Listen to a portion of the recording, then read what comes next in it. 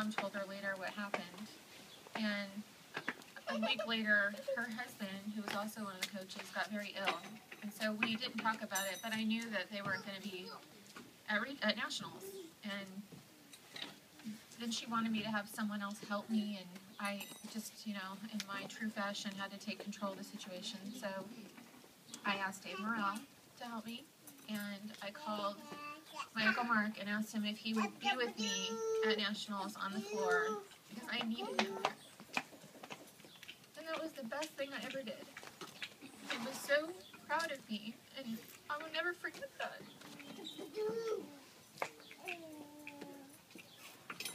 And I couldn't find the pictures last night. I was looking everywhere, but I found other pictures that I, of course, forgot. And there were pictures from Monique's wedding that we went to, and Nico was probably 4. And there were pictures of him hugging Uncle Mark and smiling, and I showed it to him, and he said, "It sure looks like I loved him a lot," because that smile he had on his face.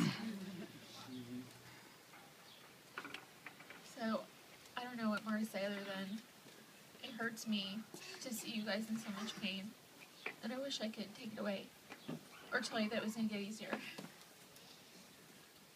But we're all here to help you get through it. I love you guys.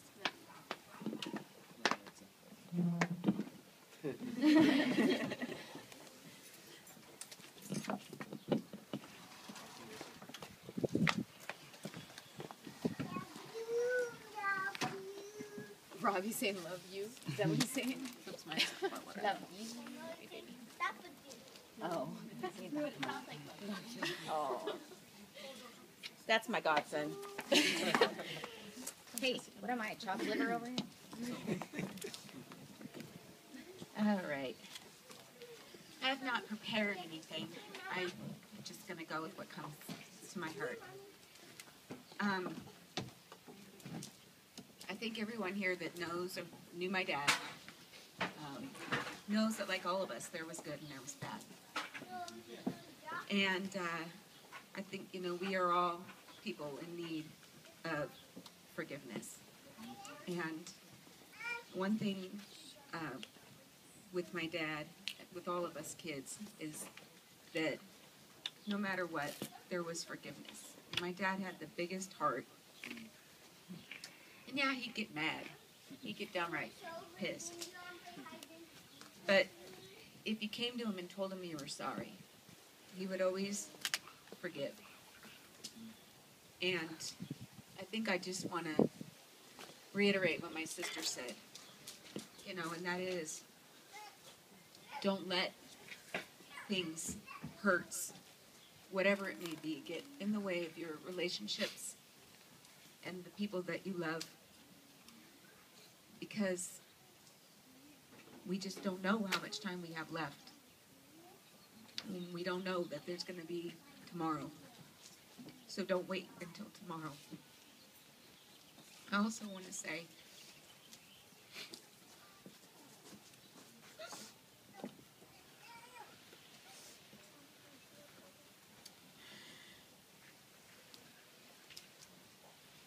that when it comes to my dad,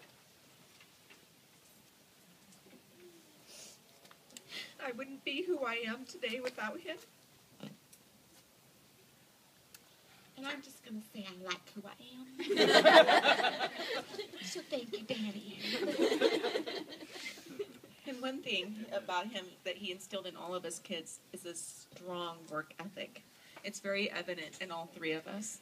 My dad was a very hard worker, worked his fingers to the bone, and literally worked so hard that his wrists wouldn't work anymore. And I'm just very grateful that he instilled that in all of us. And in the letter he wrote Monique that she read recently, he told her, basically he called her the champ, said she's a force to be reckoned with.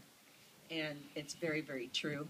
And he knows that we all are, and that's because that's how he raised us to be. And I'm just so grateful for that. I'm so grateful for him. And all of you, I thank you all for being here. And for those of you who have the blessing to be able to be a parent, I would say to you that just be sure to let your kids know how much you love them. that they're all unique, they're all special, and that don't forget as a parent how much you have to give to them that will stay with them for the rest of their lives. Because I'm very grateful for everything he did for us.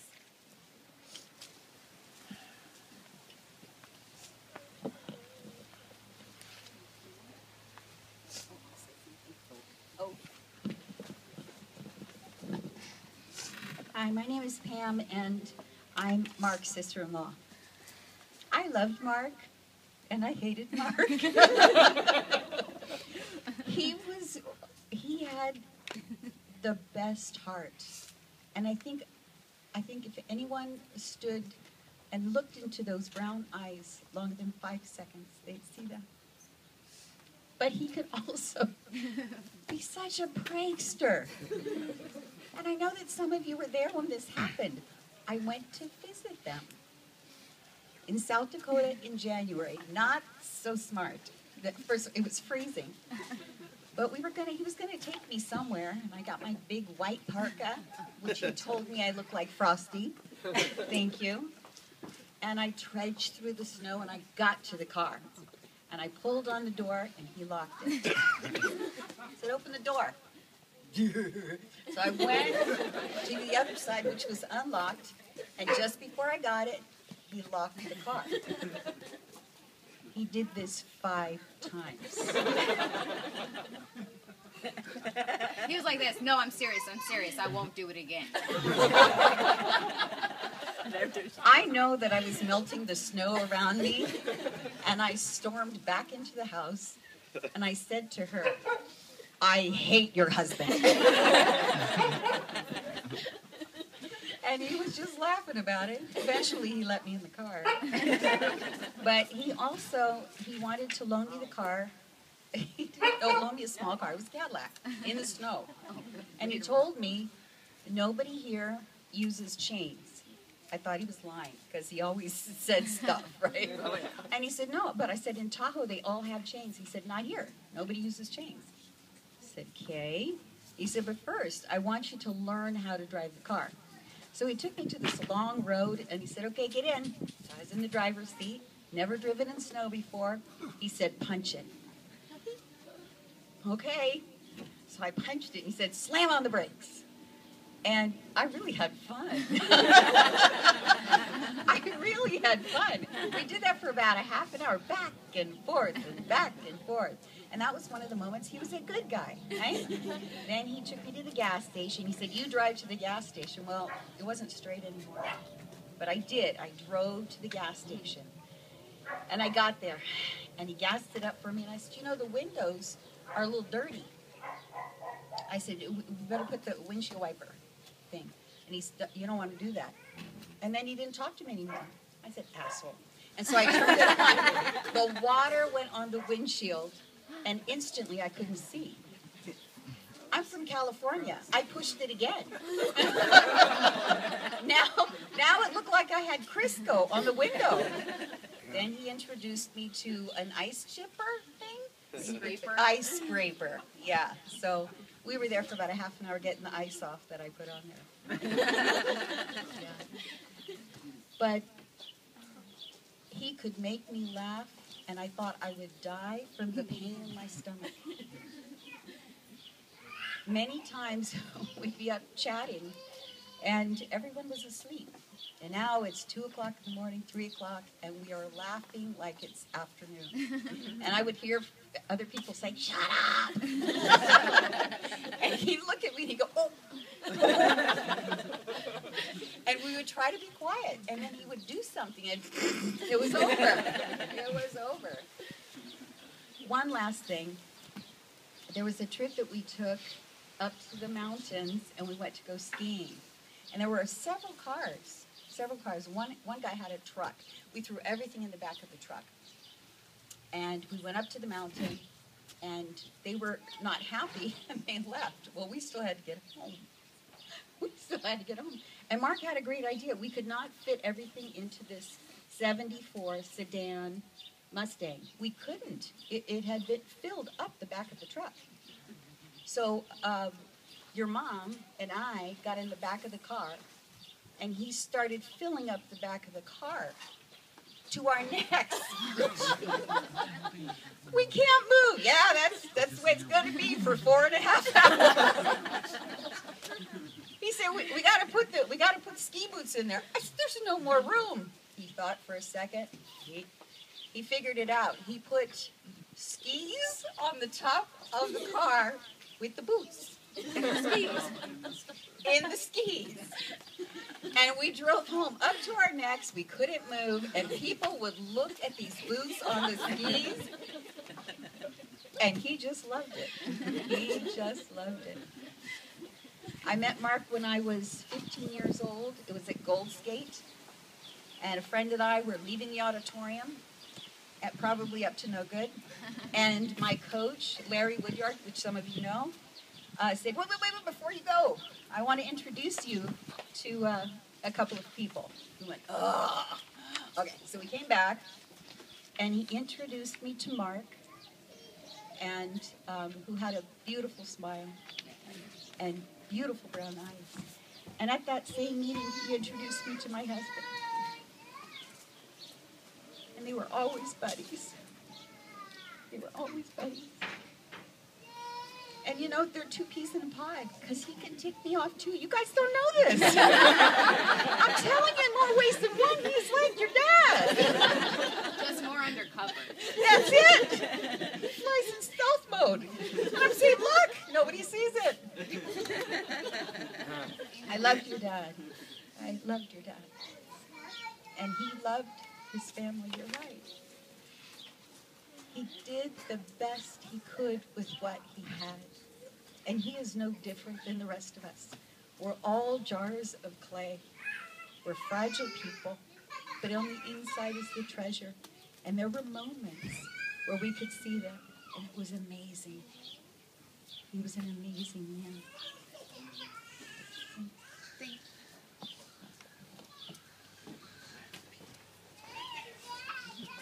You and your black.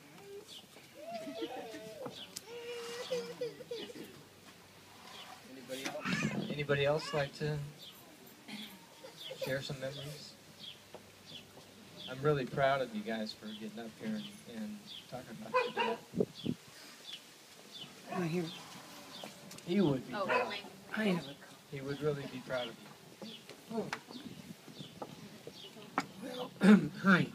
My name is Wayne. I have no voice today, but I'm amazed at how all of these people here are connected together. I have to go back to skating when I was a youngster. I fell in love with your mom and dad a long time ago. I used to love to sit in the audience with Mr. and Mrs. Hamilton and watch their kids skate. I love that family. This family. This family. I'm amazed at how so many of us are connected together spiritually. We are all one with each other. Mark was so funny and irreverent and cantankerous and ornery, just like everybody else has said. I knew that I was an outsider. I didn't get much of that. But we had such a great time when we were together. When I was with Mark, I always knew he loved me, and I loved him. But again, to find the connection from two families coming together, it's really, really an amazing connection. I mean, most of you don't even know what I'm talking about, but I mean, I get confused looking at this family, okay? But Mark was a wonderful person. I wished I'd had more time to spend with him in this lifetime. I wished I'd had more time to spend with the rest of this family in this lifetime. But the times that we had together through skating, Missy, ornery, cantankerous, she's just like her uncle. What am I talking about? So, I mean, you know, I used to want to smack her half to death so many times. And I was a skating teacher. She wasn't even my student. I thought, you know, I'm going to take that girl apart one day. And I would stand up to her. She might talk back to the other people. Not me. I was going to talk right back with her, but I still loved her. And again, I was able to teach Monique here. wonderful time I had teaching this young lady to skate. Linda, we go back to when we were children. Marion over here, since we were, 13 and 14 years old. That's how far back we go. And John, I used to love to watch skate pairs. And even in my head today, I still see portions of his skating routine, him doing it with Kathy, way, way back then. And then Pammy, here, she and I are at Skateland at the Beach, 1968. She's a little girl, and I have no idea she's going to go on and become part of the family. I mean, it's just amazing how we're all meshed together. So God bless you one and all. God bless Mark. And the picture of him on the program is exactly the way I see him in my mind's eye. The other picture of him, that infectious smile that he had. So I hope I've said something. I don't know. I'll leave it up for you guys to decide. But God bless you one and all.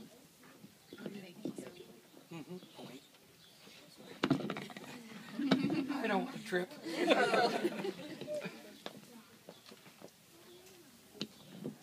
Anyone else? Well, I'm going to share a little moment that I had with Mark. When we were teenagers, we had muscle cars. I had a 64 GTO, and he had a 67 Chevelle. And we would drive our cars everywhere. Even if we were going to the same place, we would drive both of our cars. We'd never ride together. We'd just drive our cars, and we would race the whole way. And one time we were going to Bakersfield, and we were heading down Mission Boulevard, and we were drag racing, and we were right next to each other, and we speed shifted third gear, and all of a sudden, Mark dropped back. And I'm thinking, what happened? Because we're always right next to each other, you know? And so I slow down, and I get next to him and look over at him. He holds up the gear shift. He busted it right off. And it didn't end there. I said, let's take your car, you can drive it in third gear, and we'll just leave it at the house. And he said, nope, I'm not leaving my car. So we pulled into an Amco dealer, had them welded up, and then we headed off for Bakersfield and raced all the way there. So we're fortunate that more didn't happen, but we had a lot of fun together. And like Pam says, the laughter. Especially that gut laugh. Nobody made me laugh more than Mark. I remember sitting in the garage at my parents' house and eating. We have this habit of eating Hostess cupcakes and drinking RC colas. That was our favorite thing. We sat in the garage and we're going to finish up our cupcakes and Coke. And Mark looked over at me and he goes, with the cupcake in his mouth, and we started going. And I swear we must have been in that garage 30 minutes just laughing, and I just have fond memories of all those times spending time with him. So I don't know what more to say. I just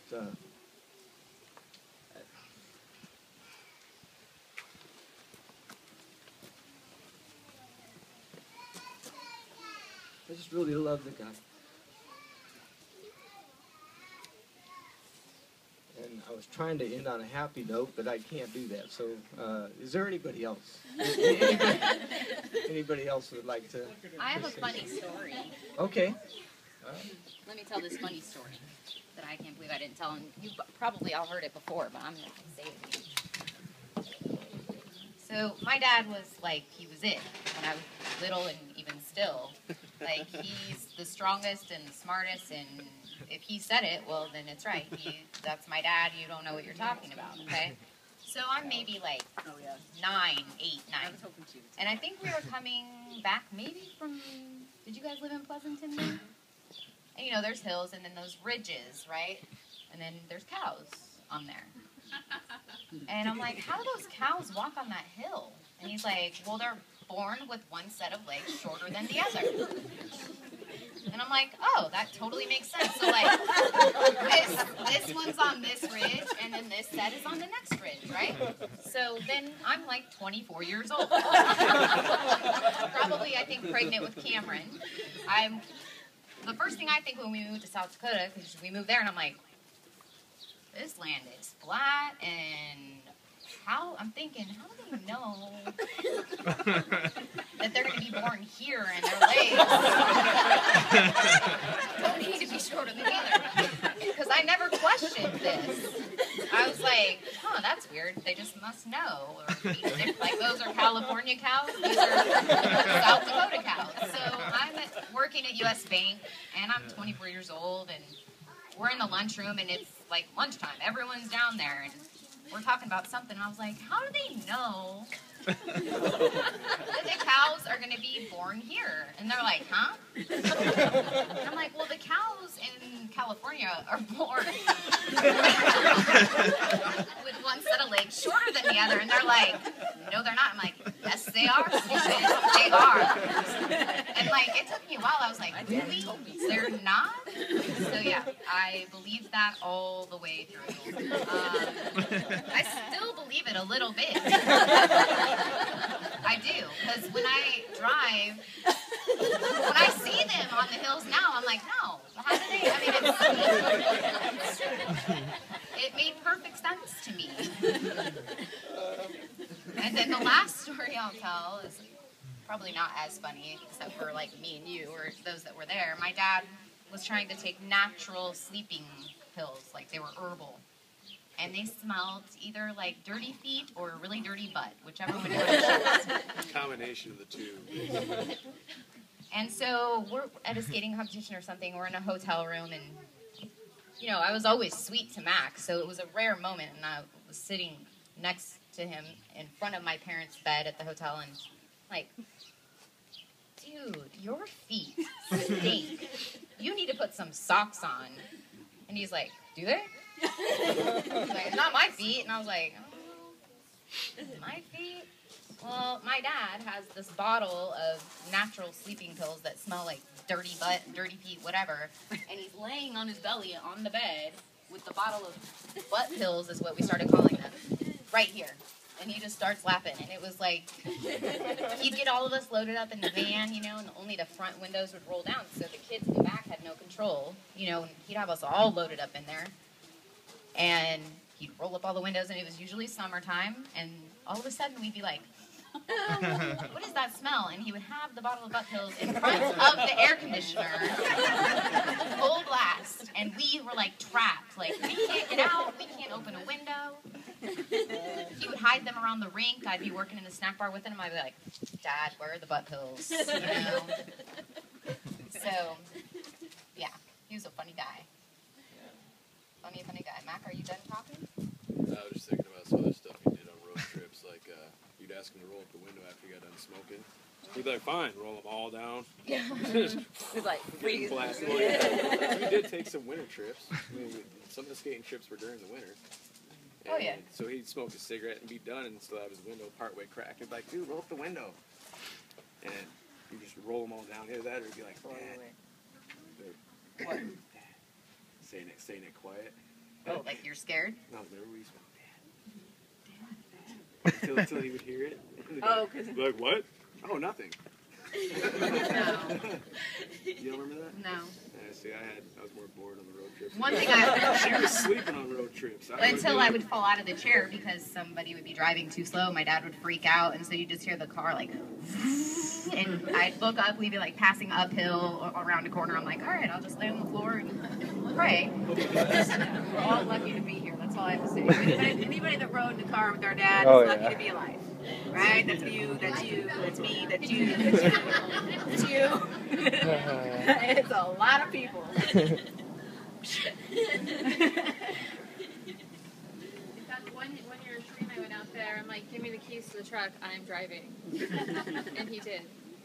You're all right, Melissa. Did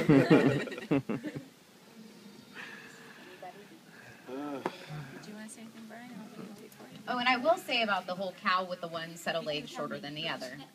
I told a guy that is from France, that from our company, and I said this at a dinner. And sometimes I say these things, I'm like, why am I even saying this? I'm making myself look like such an idiot, right? But he was like, really? You really believe that? Well, then when he got home, he sent me an email with a link to like Wikipedia, and it's actually like a old folklore or something. There's like some mountain goat in France that has one set of legs shorter than the other that walks.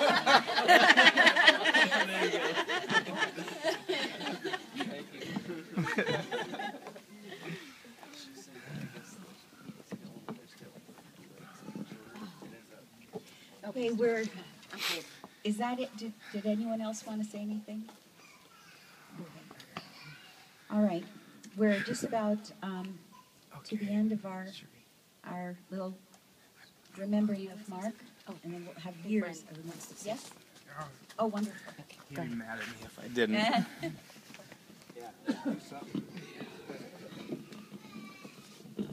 So, I'm Brian. Married Monique. I called him Pop. Poor crazy old man. It totally fits. And, driving stories, he scared the shit out of me many times. Driving to Deadwood one night, for those of you who have not been there, Deadwood it's a very, the road is like windy, and you gotta go 10 miles an hour around the corners, and we're in his yellow Corvette, and he's hauling with tail. I'm sitting there, and I'm like, slow down, and he's like, when your number's up, it's up. And it was like, Oh, you said something like, well, my number's not up. I don't want my number to be up. He's just sitting over, and we're sliding around the corners. That's him. Oh, it was scary. But we made it out alive every time. Well, he crashed with me in one of them. And we were leaving our house, our first house in Rapid City, and he just likes to go fast, and he floored it. I'm like, dude, this is my neighborhood, slow down. And he's like, don't say that word. Yeah. F it. And so we turned the corner, and the neighbors come, one of the guys comes chasing after us. Mark just floors it again, and we hit some gravel. We do like a couple 360s. We take out this lady's fence, and he hit the curb really hard, and it bent the rims. And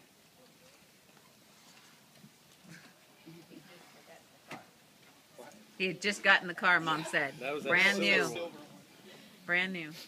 And no, the silver one wasn't brand new. Oh, It was but he had just gotten it. yeah. And he tells me, get out and fix that mailbox. Because didn't the little old lady come out screaming at you guys or something? It was the neighbor. Oh. And so I do, and I start to fix it, and he's like, get in the car, dumbass. We gotta go. So I get in the car, and we try to take off, and it's like, and he goes, we're not going anywhere. So he gets out and goes and tells the little old lady exactly what happened. And she was so nice, whatever. And the other favorite thing with Pop was we played hot shots golf. Hot shots golf. Yep. And remember the eye? He played golf stink with eye. one eye. He played golf with one eye open, and normally he wouldn't have his teeth in. And he gets so mad at me because my timing was better, and like Max said, his wrists were broken, so he had a hard time pushing the PlayStation buttons, and he was a good man. He'll be missed.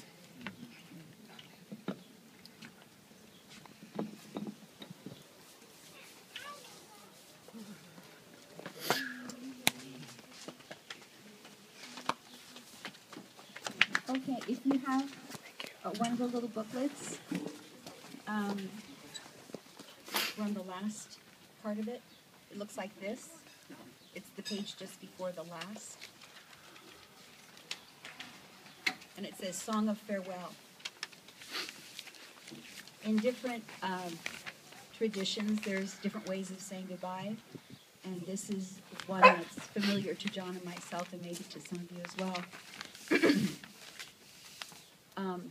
But it's normally sung, and I was ready to do this until I started crying, and now I have like this post-nasal drip thing going. So we're gonna, you know, your dad would be laughing. He really would, but we're going to try it anyway. So we'll sing the first, and then if you want to sing together, it's beautiful. If you read the words, it's absolutely beautiful. And so we'll try that. May a choir of angels come to greet you. May they speed you to paradise. May the Lord enfold you in his mercy. May you find eternal life. Please join us. May a choir of angels come to greet you. May they speed you to paradise. May the Lord enfold you in his mercy. May you find eternal life. I love you, Mark.